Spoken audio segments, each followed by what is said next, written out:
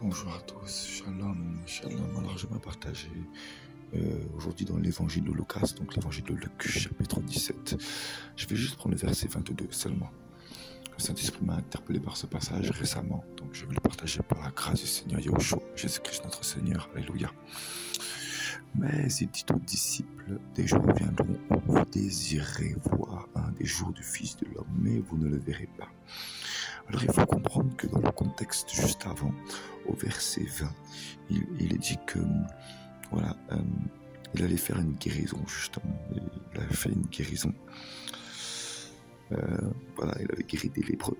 Voilà. Et au verset 20, c'est marqué mais étant interrogé par les pharisiens, qui, quand viendrait le royaume d'Élohim, il leur répondit et dit, le royaume d'Élohim ne vient pas de manière à être vu, observé donc. Verset 21, et on ne dira pas, voici il est ici, ou voilà, il est là. Car voici le royaume d'Élohim est à l'intérieur de vous. Voilà. Donc là, on voit que le Seigneur s'adresse à un pharisien. Voilà, il répond à un pharisien. Et pourtant, juste après au verset 22, il s'adresse aux disciples. Mais il dit aux disciples. Voilà. Et ce que le Seigneur me fait comprendre, c'est que le Seigneur ne veut pas seulement des âmes qui soient seulement des disciples. Bien évidemment, nous sommes serviteurs, mais nous sommes appelés à devenir des amis du Seigneur. Parce que Yahushua, il n'est pas seulement l'alpha et l'oméga. L'alpha et l'oméga, c'était chez les Grecs. Voilà, Yahushua, Jésus-Christ, notre Seigneur, il est de base de culture hébreu. Et chez les Hébreux, on dit Aleph et Tav. C'est vraiment important de prendre conscience de ceci. Parce que les lettres hébreux ont vraiment une symbolique. Hein, et ça, malheureusement, on ne le dit pas assez. Voilà. Et la symbolique de la lettre Aleph, c'est la symbolique, le sens, c'est bœuf, donc le bœuf. Voilà, comme un sacrifice, hein, le veau, tout ça, le veau, comme l'évangile d'ailleurs de Marcos, donc Marc, le veau, le sacrifice. Voilà, mais l'Aleph, c'est également le maître, le conseiller, parce que Yahushua est notre maître. Voilà, il nous attire à lui, il nous maîtrise, clairement, il nous maîtrise. Hein. Voilà, il nous aide à nous maîtriser, le Saint-Esprit aide à nous maîtriser parce qu'il est l'esprit de consolation. Il vient nous consoler, le consolateur, le paraclet, voilà, notre protecteur. Voilà. Il est le conseiller parce qu'il vient nous conseiller, vu qu'il vient nous maîtriser. Lorsqu'il nous maîtrise, il vient nous conseiller. Voilà pourquoi je permets ces situations. Je permets que tu sois maîtrisé parce que je veux ton bonheur. Il est le conseiller. Il est le prince parce qu'il fait de nous des princes et des princesses parce qu'il est notre roi. Il est là pour nous dominer. Voilà, donc nous maîtriser. Il est là pour nous aider à dominer sur les autorités de ce siècle, de cet âge. Voilà. Mais il est également l'époux. Et dans l'époux, il y a le mariage, il y a l'alliance, il y a le joug, tout simplement.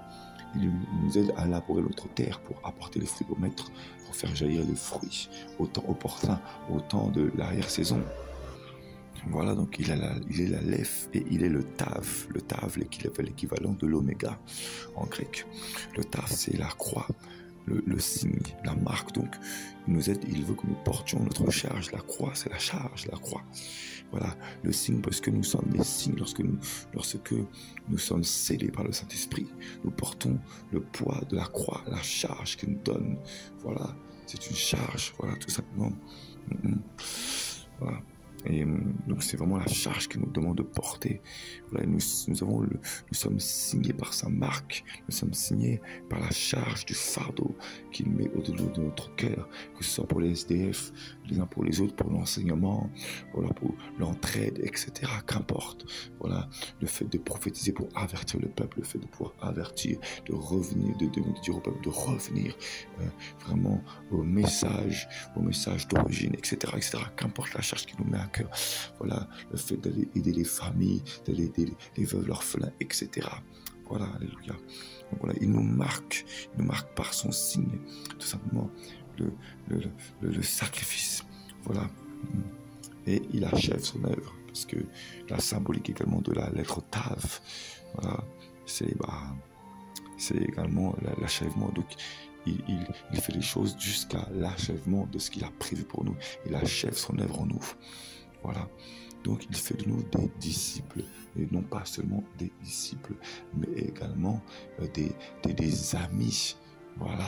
Un ami est discipliné. En fait, il ne veut pas seulement faire de nous des disciples, en fait, il veut faire de nous des serviteurs, bien évidemment, mais il veut nous confier plus.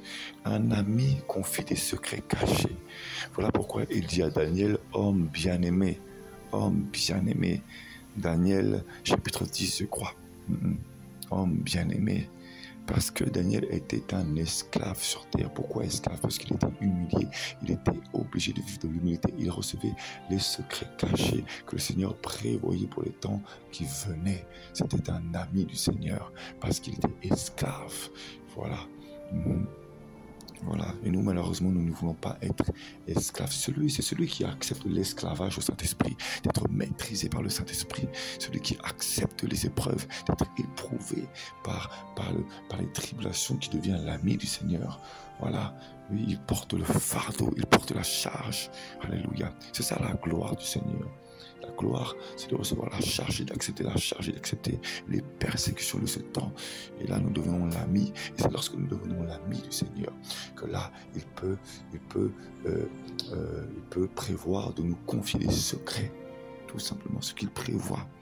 Tout le monde n'est pas capable, malheureusement, beaucoup sont disciplinés, beaucoup savent jeûner, beaucoup sont disciplinés pour des temples, mais ils ne sont malheureusement pas assez disciplinés pour servir le Seigneur. Ils sont disciplinés pour l'homme, voilà, pour servir, pour être bien vus dans les temples, mais ils ne sont pas disciplinés pour le Seigneur. Voilà, beaucoup malheureusement sont disciplinés pour les temples, seulement pour les temples, mais ils sont religieux.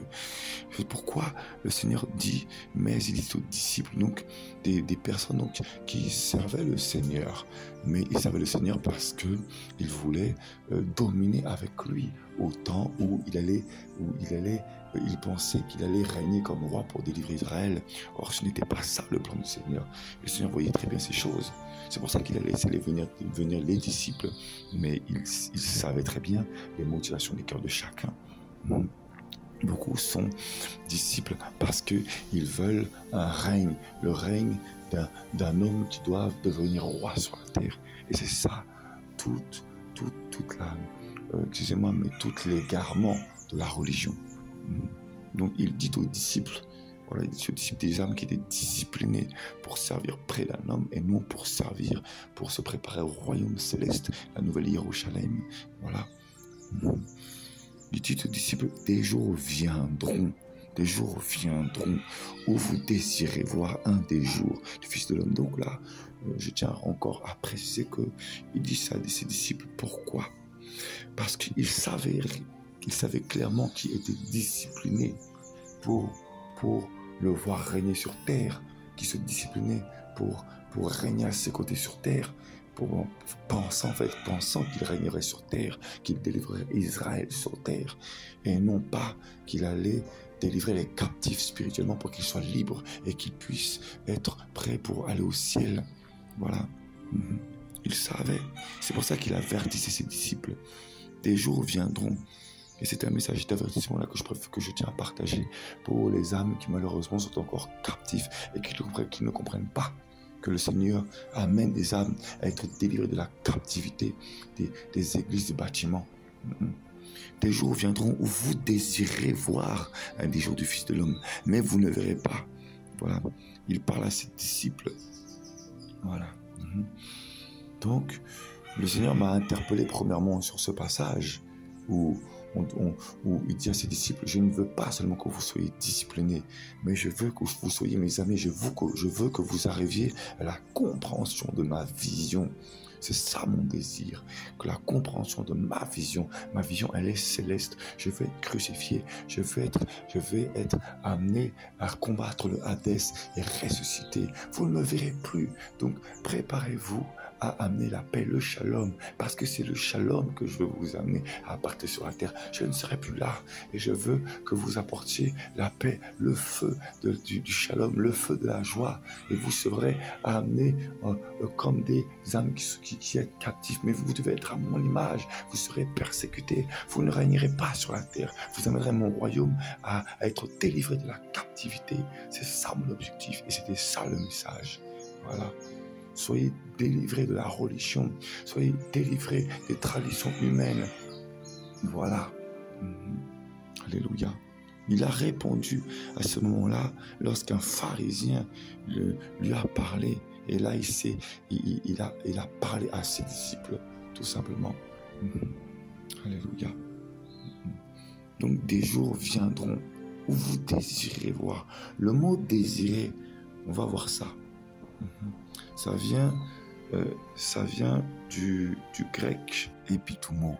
Épitumo, donc, qui signifie donc se tourner vers une chose, avoir un désir pour, attendre avec impatience, également convoiter, être assoiffé de quelque chose en fait. Voilà, de ceux qui recherchent les choses interdites. Donc voilà, il faut savoir qu'à l'époque, suivre le Seigneur, c'était une abomination pour les Juifs, parce que la doctrine de la résurrection, c'était un scandale à l'époque. Voilà, donc l'évangile, la prédication de la croix est un scandale de base. L'homme ne veut pas y croire. La religion l'accepte parce que la religion, c'est une abomination devant le Seigneur. Voilà. Mais le vrai message de la croix, c'est pas facile. Hein. Voilà. La croix, c'est la charge, le fardeau. Voilà. Donc, le mot épitumo, donc le sens de désirer, le mot épi, donc ça vient du sur, par ou avant en termes de position. Voilà, à travers, autant de, ou contre même. C'est-à-dire que ça passe par-dessus. C'est-à-dire que ça va avant. Voilà. Et thumos, qui signifie passion, colère, chaleur, bouillon de colère continuelle, accès de rage, rougeur, ardeur, le vin de la passion. Donc, le vin également qui enflamme, voilà, qui conduit le buveur à la folie ou à la mort par sa force. Bref, donc on est tellement enragé de connaître. En fait, on convoite tellement que on a un désir ardent de connaître, de voir. Et ben, il va y avoir un temps où les âmes qui sont disciples dans un lieu, bâtiment, je vous dis malheureusement, il y en a qui sont sincères, mais il y en a d'autres, on les a disciplinés pour devenir religieux. Malheureusement, c'est pas une insulte, c'est un constat des faits, il y a juste à observer. Voilà, seuls ceux qui sont malheureusement conduits par le vent de l'Esprit du Seigneur comprendront. Voilà. Donc le mot thumos, donc ça vient c'est comme une fureur, une irritation ou une colère face au péché, normalement. Mais il y en a en fait, le Seigneur va arriver un temps où il va donner le désir ardent, un désir ardent. Donc il va vraiment donner la convoitise de voir. Et donc le mot, donc voir, on a vu que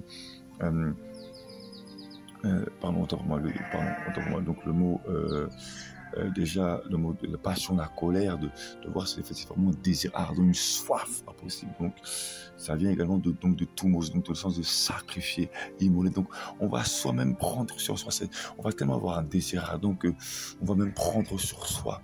Je vous dis que lorsque l'enlèvement sera venu là, je vous dis, il y en a tellement, ils vont regretter et ils désireront voir le jour du Seigneur, ils désireront voir le Seigneur, mais ça sera trop tard.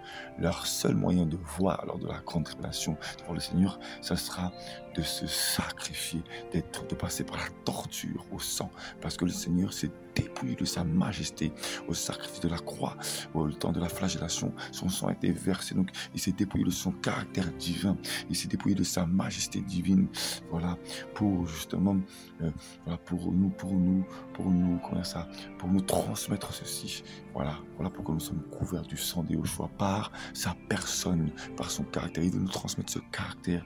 Malheureusement, nombreux préfèrent la corruption, nombreux préfèrent les bâtiments, nombreux. Ce n'est pas mauvais la communion, mais encore faut-il ne pas s'accrocher à une dénomination, à un bâtiment, parce que ce n'est pas le bâtiment qui ramène au ciel, ce n'est pas la religion qui ramène au ciel, mais c'est seule la personnification, la gloire de la compréhension du caractère du Mashiach.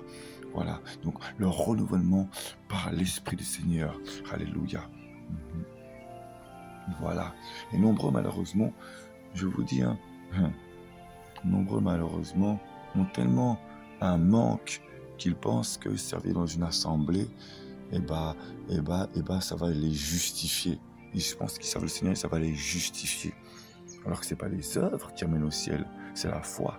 La foi, donc, ça veut dire croire lorsque le Saint-Esprit nous témoigne qu'il y a des choses à changer autour de nous.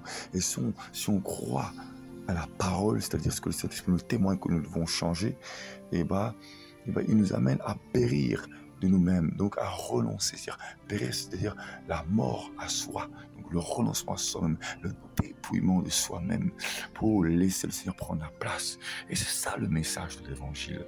L'Évangile, la bonne nouvelle, c'est que si nous nous dépouillons de nous-mêmes, de notre caractère, de notre cœur avare, parce que la religion souvent nous amène à l'avarice. On pense servir le Seigneur, mais c'est pour nous-mêmes, on se glorifie nous-mêmes, alors que c'est Yahushua qui nous fait comprendre qui nous sommes en lui. Parce qu'il a dit, celui qui voudra sauver son âme la perdra. Nombreux pour amener des âmes à la religion, à l'église, ils vont se corrompre. Alors que c'est le Seigneur qui a le pouvoir d'attirer les âmes. Nous, notre objectif, c'est de parler du Seigneur. Ensuite, c'est lui qui convainc. Voilà, c'est sa puissance qui convainc. Voilà, tout simplement. Il y en a beaucoup, ils veulent absolument animer, faire un show, etc., montrer une image. Voilà, ils vont corrompre leur cœur, souiller l'image du Seigneur. Voilà, ils vont être religieux. Voilà, ils veulent absolument mettre en avant un homme, un pasteur, une dénomination quelconque, une religion. Ils pensent qu'ils sont dans la vérité. Et ça, c'est terrible, ça. C'est l'égarement. Voilà. Et c'est ça en fait, quand il dit à ses disciples, parce que nombreux malheureusement sont disciples de l'homme, disciples de la religion, disciples d'une dénomination. Et ça c'est terrible d'en arriver là, parce qu'ils pensent que sur terre, leur église doit régner, leur pasteur va régner. Alors que même Yahushua s'est dépouillé de sa gloire, il a été sacrifié parce que son but ce n'était pas de dominer en Israël, c'était de dominer sur la mort afin d'amener tous ceux qui étaient morts à la vie. C'était ça son objectif. Et c'est terrible vraiment de croire qu'une église va ramener le réveil, qu'un homme doit être à la tête d'un lieu pour ramener le réveil. C'est terrible ça. Un homme peut avoir le mandat pour ramener un feu quelque part, pour propager un certain réveil. Voilà, mais il doit réveiller des âmes. Ensuite, le Seigneur va lui donner le mandat, non pas pour réveiller, mais l'obéissance qu'il va avoir va propager un vent de réveil. Le pouvoir du Saint-Esprit, la puissance du Saint-Esprit va réveiller des âmes. Ce n'est pas l'homme qui le fait, c'est le pouvoir du Saint-Esprit, puisqu'il est rempli du Saint-Esprit. Donc, ce pouvoir qu'il a reçu, voilà, va se propager, c'est tout. Mais c'est le Saint-Esprit qui va réveiller, qui va secouer, c'est le vent de l'Esprit qui va secouer, parce qu'il va justifier le serviteur. Mais ça s'arrête là.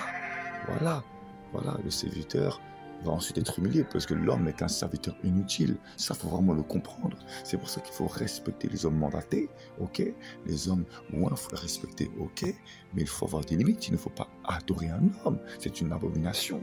Il ne faut pas adorer une dénomination, une église quelconque. C'est une abomination. C'est de l'idolâtrie. Et ça fait rassemblement. Ça amène en enfer.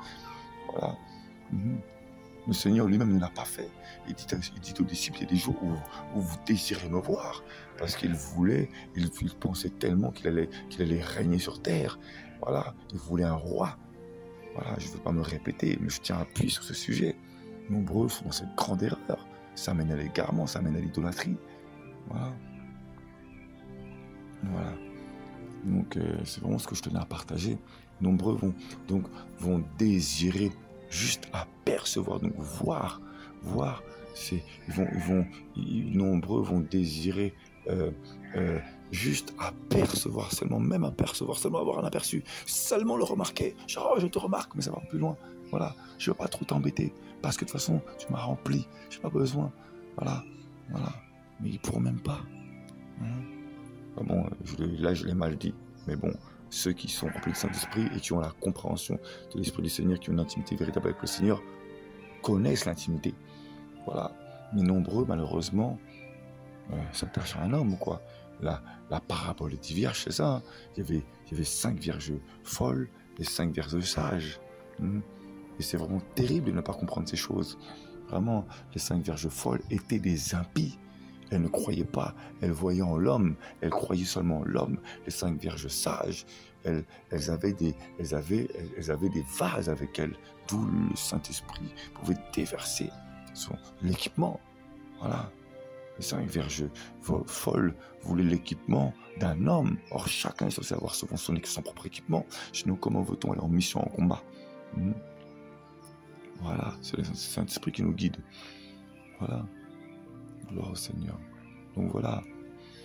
Donc nombreux désirons, auraient une passion pour voir. Ils seront assoiffés de seulement apercevoir.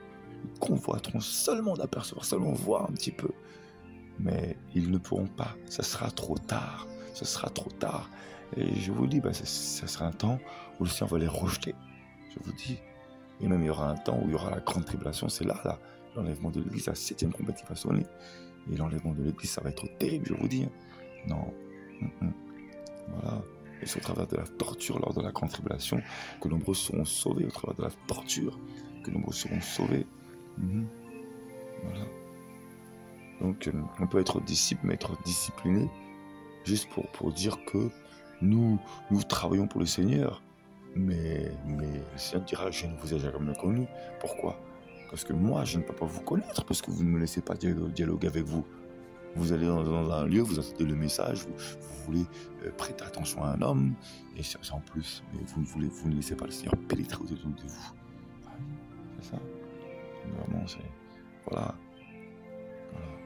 Le Seigneur vraiment vous aime, le Seigneur veut vraiment vous ramener à la raison, il veut vraiment ramener le peuple à la raison, il veut vraiment ramener le peuple à la repentance, ramener le peuple à une véritable conversion, il veut ramener le peuple à devenir ami, à devenir vraiment, cesser de convoiter, mais vraiment à aller vers le Seigneur d'un cœur entier.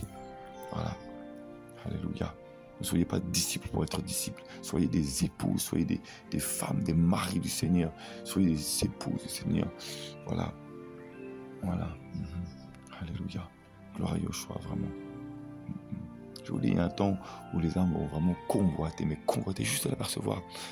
Et il ne se laissera même pas voir. Il ne se laissera même pas voir. On ne pourra même pas le voir, le contempler. Non, ça sera trop tard. Trop tard. Aujourd'hui, il se laisse contempler. Mais il y aura un temps, il ne se laissera même plus contempler. Voilà. On désirera seulement l'apercevoir, juste l'apercevoir. Mais on ne voudra plus. Ce sera trop tard. Trop tard. Pendant qu'il se laisse encore contempler, laissez-le parler. Laissez-le. Chacun aura des comptes à rendre. Jésus-Christ vous aime vraiment. Soyez richement bénis en nom de Yeshua. Recevez le shalom d'Elohim. Alléluia. Et vraiment, Yeshua vous aime. Jésus-Christ vraiment vous aime. Il veut vous bénir. Il veut votre bonheur. Alléluia. Alléluia, Yeshua.